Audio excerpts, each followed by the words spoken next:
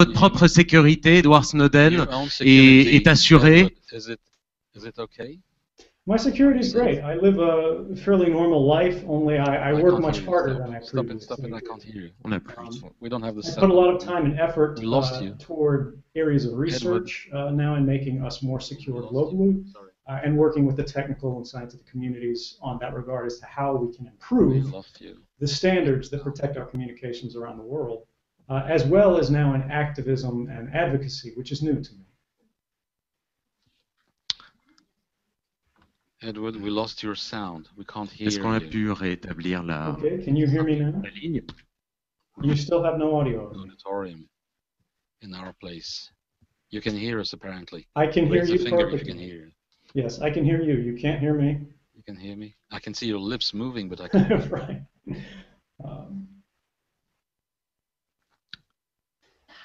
C'est bon ou pas? Est-ce que Edouard nous hear entend me? à nouveau? Et est-ce que nous pourrons l'entendre? Is the audio feed still out?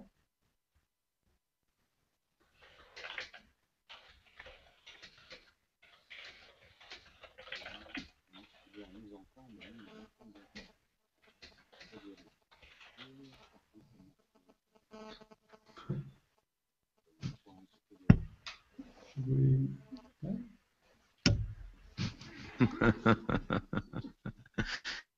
Can you try to say a few words? Yes, Perhaps? I can. Can you hear me now? Yeah, great. It's Great. okay. So, heureux qu'on puisse s'entendre et se parler à nouveau. Alors, j'aimerais que vous nous redisiez ce qu'il en est de votre sécurité, puisqu'on ne vous a pas entendu au moment où vous donniez la réponse. Vous-même, vous êtes aujourd'hui, comment dire, vous êtes quelqu'un qui a peur, ou vous êtes aujourd'hui relativement au calme et aussi serein qu'on puisse l'être? I must apologize. I'm still hearing the French and not the English due to the audio leveling. But let me try to answer that as best I can. It sounded as though the question was about my personal security. Yeah, that's it.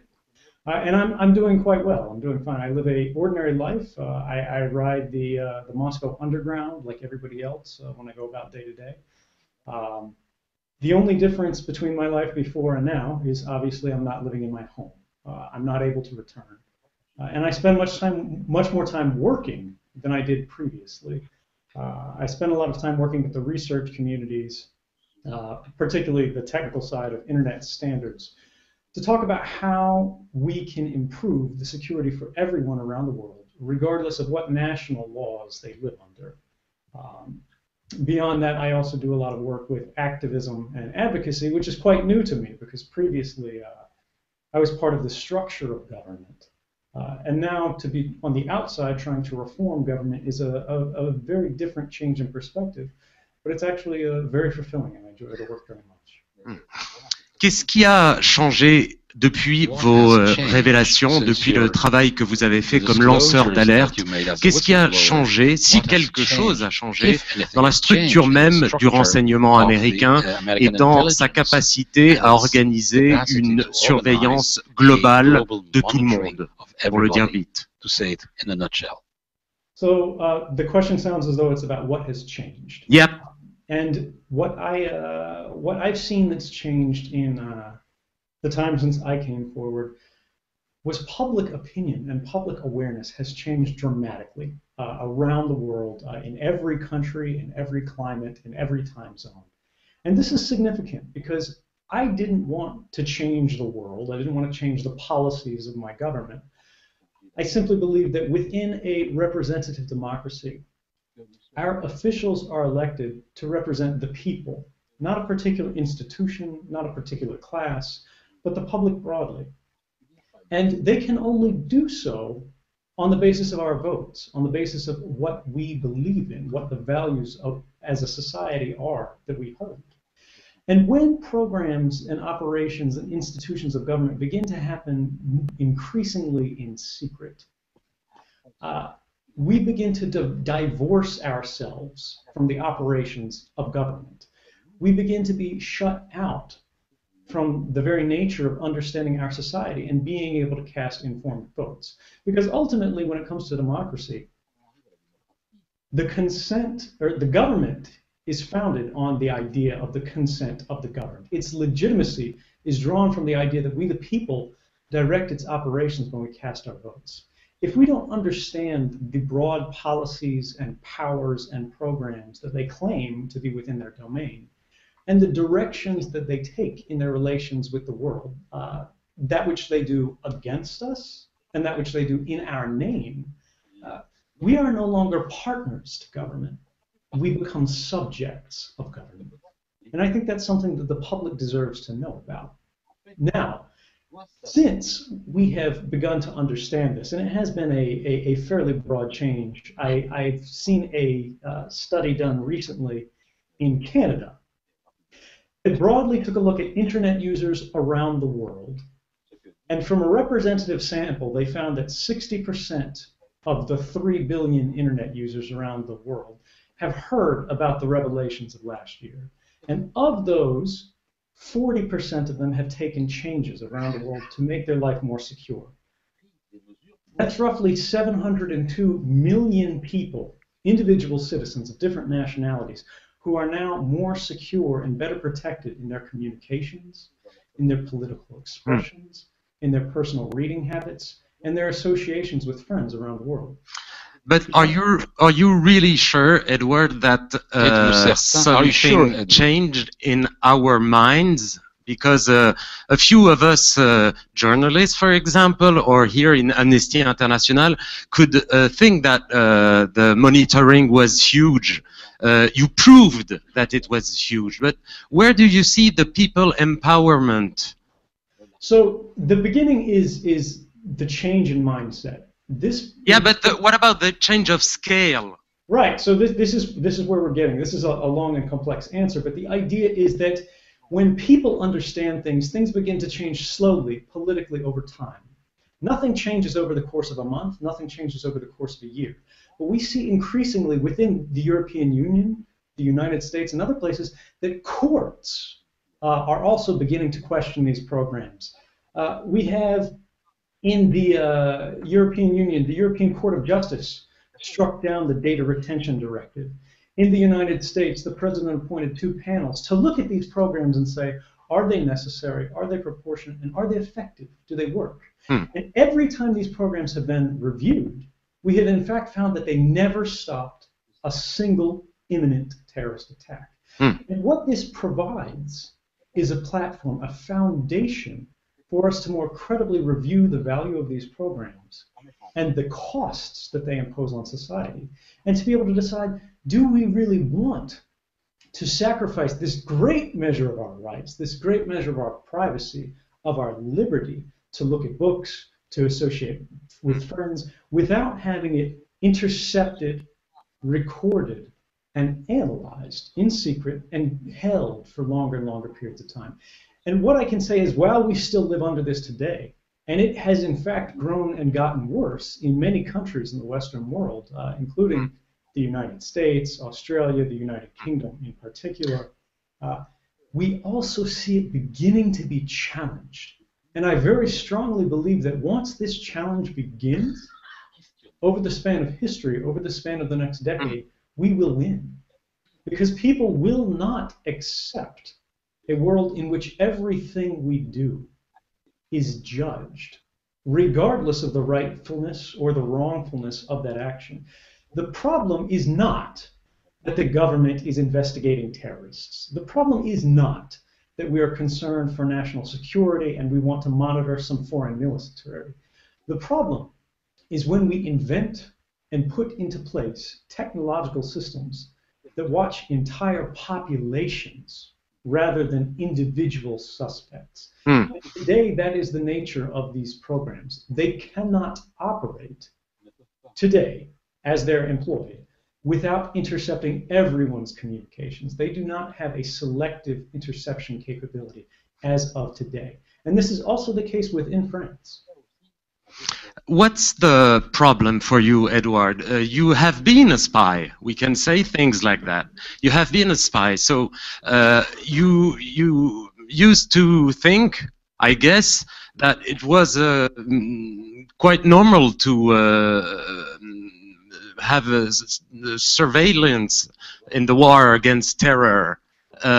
So what's the problem? Is it the fact to have this surveillance? Excuse me, my English really sucks. Or is it the fact that it's in such a great proportion or disproportion? You see what I mean? I hope. I do, and this is the challenge. The departure of the last decade in the way intelligence agencies within the United States and outside it have applied their surveillance authorities is they have moved from a targeted basis of investigation, which is I, the intelligence analyst sitting in Hawaii, have some reasonable suspicion that this individual is involved in wrongdoing. They're a computer hacker targeting nuclear power plants.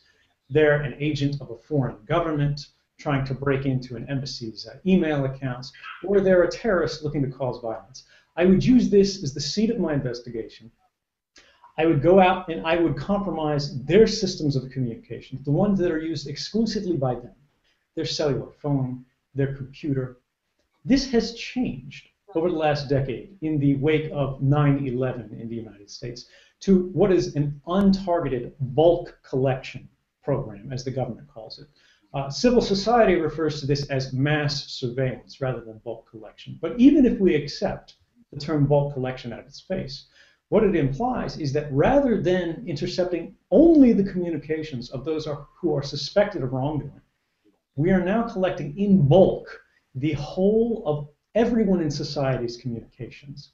And then we are applying algorithms. We are applying selectors, as we call them, to the massive, what they call haystack of an entire population's communications, which is making decisions about who they are, what they're doing, and how the government feels about their behavior. We've seen instances reported in the last year, for example, the Huffington Post, where the National Security Agency of the United States has monitored the pornography viewing habits of people whose political views it considered extreme or radical, but who were known to be unassociated with actual violence. They were treating these people as terrorists, as people who had to be discredited, and using their private lives, their sexual activities, their associations to discredit them in public on the basis of the political views that they hold. And we've seen increasingly over the last year, particularly just yesterday with the release of the torture report, that when we begin changing our values in secret, when we begin changing the nature of the activities of secret organizations, of state security bureaus, without any public accountability, it leads to a slippery slope where even if they intend to do things for good purposes to what they consider necessary ends, over the span of a very few years, we find ordinary and innocent individuals have been treated in terrible ways as a result of this problem. You used to work at the NSA. There is also the CIA. And yesterday was released a document on CIA's.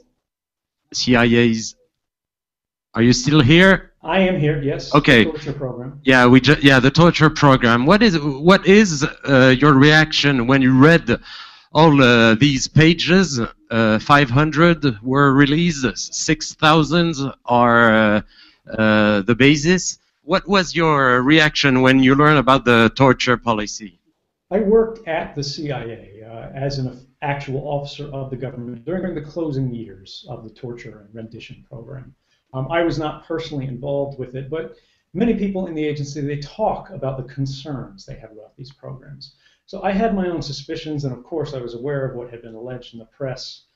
But the Senate investigation and the report that they have released is extraordinary for a number of reasons. I could not help but be deeply saddened and to a great extent angered by what I read. The things that we did as a result of this program are inexcusable crimes. And what we see that is, I think, quite dangerous in the United States debate that is happening literally today, right now, on news channels and newspapers, is that proponents of the torture program are saying that even though there are international obligations to prosecute these because they are serious crimes. Torture cannot be justified. Under international law, it simply cannot be justified on the basis of emergency circumstances or the orders of higher government officials. That does not excuse you from culpability of crime. And yet we see this being argued as precisely that case, which threatens to overturn the standards that we set at the Nuremberg trials in World War II. And this is deeply corrosive, not just to the moral authority of the United States and the West more broadly, but the standard rule of law as applied around the world. If the United States can allow its officials to torture and not hold them to account, what does this mean for much more authoritarian states? What does this mean for governments in Asia, in Africa, and elsewhere around the world? If we can run a rendition, a kidnapping, a detention program, a torture program, keep it secret for years, and then when it is revealed, hold no one to account, what does this mean for the future direction of our society, for the rule of law, for the accountability of senior officials? How can we hold the smallest officials in government to account of the law if we are willing to make broad exceptions for the most senior officials in government? And when we talk about what we saw in these programs, we saw individuals who actually lost their lives as a result of detention, as a result of the treatment that they received under the torture program, and the fact that individuals actually lost their lives. They died after being chained to a concrete floor in an unheated room, half naked. And rather than having the officer who ordered that behavior be prosecuted, he actually received a monetary bonus from the Central Intelligence Agency of $2,500. These are things that leave a stain on the moral authority of the United States government. And if we do not prosecute them, do not investigate them and hold them to account, we cannot move forward as a society. Edward, the senators did the job, not a whistleblower. Is it a good news for American democracy? I would actually argue that it's quite sad news, because within the report, which I understand is quite long, so the media has not necessarily read and digested all of it, there actually were whistleblowers who sought to come forward and reveal this behavior, and they failed. We see medical officers who said that these were extraordinary ways of applying procedures in ways that were not medically necessary. And yet they did forced feedings through men's rectums. We saw, obviously, the application of torture techniques such as waterboarding, of applied hypothermia, of sleep deprivation for 180 hours. Individuals who viewed the torture were demoralized by it. They thought it was wrong, and they shared these views with their colleagues. And you will see in the third bullet point that there were people who were even moved to the point of tears. There were people who, in the fourth point, indicated that they would leave these sites and would not serve there because they were opposed to the programs. And we saw people in the sixth point who, when they saw the video, they lost faith in the very mission that they had. But ultimately, you're right. The program did not end despite these protests. And we have to ask ourselves why. Why, despite the knowledge of all of these individuals who disapproved of the programs, who resisted the programs, did they not stop? And the report actually provides an answer to that. And we see within that the leadership of the Central Intelligence Agency was contacted by these individuals, by these officers who protested, who had broken down in tears, who said that these programs probably were not legal. And they questioned not only the legality of these programs, but the effectiveness of them. And the highest official in the CIA's counterterrorism apparatus, Jose Rodriguez, sent official reports. They put this in writing, which is what the Senate reported on, saying that these questions, these concerns, these protests from officers of the government who said this is not legal, this is wrong, this will come back to cause problems for us in the future, he said such language is not helpful. And he demanded that they stop placing this in official channels. The reason that this program did not stop is not because officers within the Central Intelligence Agency were not aware that it was wrong. They knew. It was because the public was not aware that it was wrong. This program stopped not when CIA officers protested within the agency. This program stopped when newspapers told the public of what we had done in secret without the awareness of the public. So despite the senator's work, you still believe the United States are in a deep moral crisis? I do. I think the Senate's report is a strong step forward in terms of acknowledging the reality of what we had done.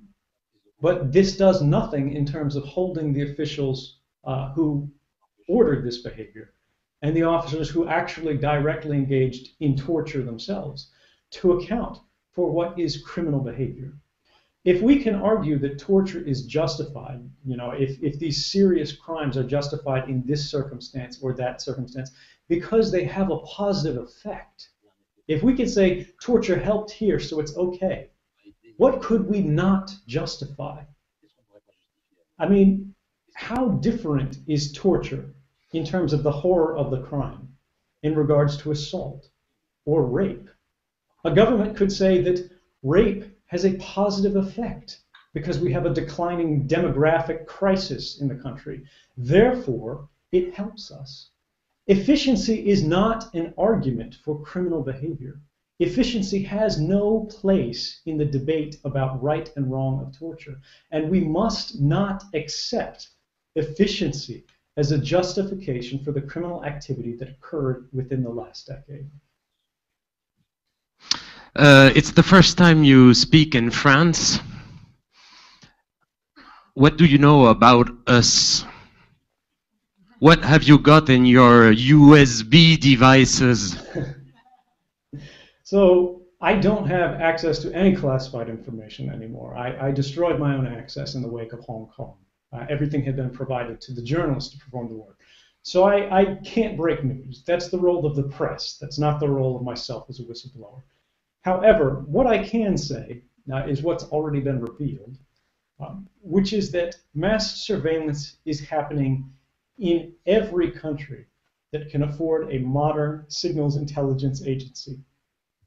Within France, we have seen reporting, I believe by Le Monde, that found that Orange Telecom was providing the communications of French citizens and, of course, those around the world whose communications transit France, to the DGSC. And when this is happening without the awareness of the public as to what the authorities are, the policies are, how they're being applied, and what protections are in place, this is incredibly dangerous. And even if they say this is good or this is helpful in this way or that way, we have to question quite seriously, even if it has some value, for example, like torture, even if it could help us in one case, is it right? Is it morally allowable to violate the rights of an entire population or even a single individual for some small, moderate good? And I think this is a serious question that has not been properly debated in France. But so you don't have any scoop on Paris or on France? No, it doesn't matter. Individual for some small, moderate good. And I think this is a serious question that has not been properly debated in France. But so you don't have any scoop on Paris or on France? No, it doesn't matter.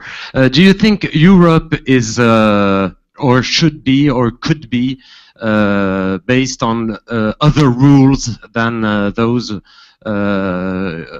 you denounced in the United States? I think we see the beginnings of a framework, the broad outlines of a way that we can look at investigations, intelligence gathering, and the protection of individual rights in the future, beginning in Europe, with concerns about data protection, transfer, and how we handle this. The most important point is we need international standards of behavior that say what is and is not allowable.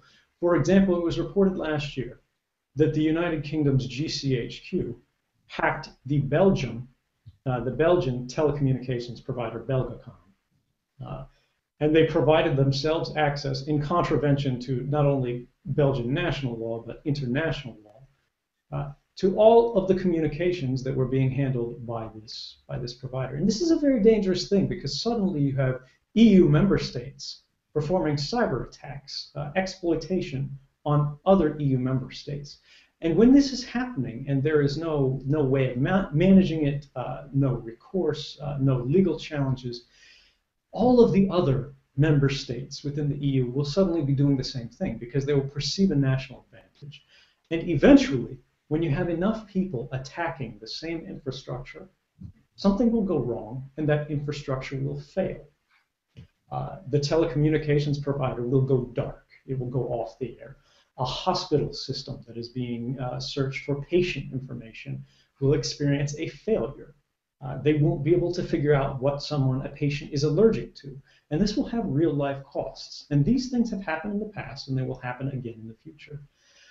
By forcing the courts to scrutinize these programs and go, is this something that we can allow in a stable society? Is this something that governments can even claim as an authority? Sort of powers of total war, but applied in times of relative peace. We see a way in which civil society can take back the reins of the direction of our society and say that, yes, it is plausible, it is even possible to imagine where mass surveillance may be helpful, but there is no evidence that this has ever been the case despite 10 years of operation. It did not stop, despite its operations, the bombings in Madrid. It did not stop the bombings in London. It did not stop the Boston Marathon bombings in the United States, despite the expenditure of billions of dollars and untold amounts of man-hours at all of these agencies. What could we better apply these resources to that would not only not cost us parts of our rights, parts of our privacy, parts of our liberty and self-determination, but would actually benefit our society, would provide us safer societies, would provide us more research, would provide us greater economic gain, if rather than applying wartime powers to the arms industry, the cyber arms industry, could we instead apply these resources in a more socially responsible and beneficial way? And I think we're seeing that we can. Nous arrivons, the interview is coming to an end. Edward, last question. In which country would you love to live now? It would have to be my home. I mean, I would love to go back to the United States. That's always my goal. However, I would, of course, love to come to Western Europe as well. And I would say this is a critical point that we touched upon earlier. We talked about the torture report released yesterday, which has inflamed passions around the world because we see that a government that should know better, a liberal society that should never authorize these programs, has done so. And we did not know what happened. We had no proof that it happened. And now, when we do have proof that it happened, the Justice Department of this country has said that it will not seek to prosecute and hold accountable those who committed this crime. But the report also tells us that individuals did believe these programs were wrong. They did know that they had a moral obligation to resist, and they tried to do so within the system, and that it failed. It is critical that we provide whistleblower protections, whether within our countries, within the United States, or in countries like France, that recognize and protect the value of human rights, who can say, if, regardless of what country you hail from, regardless of whether it is China or Russia or even the United States, if you reveal evidence of serious wrongdoing, we will help you correct these problems, and we will protect you against unjustified retaliation. Welcome in France, Edward. Thank you. Thank you very much. Thank you very much. Very, very, very much. Thank you very much in the name of Amnesty International. And we will continue to fight and to campaign for you to to be able to go back home free. Thank you very much. Thank you so much. Thanks.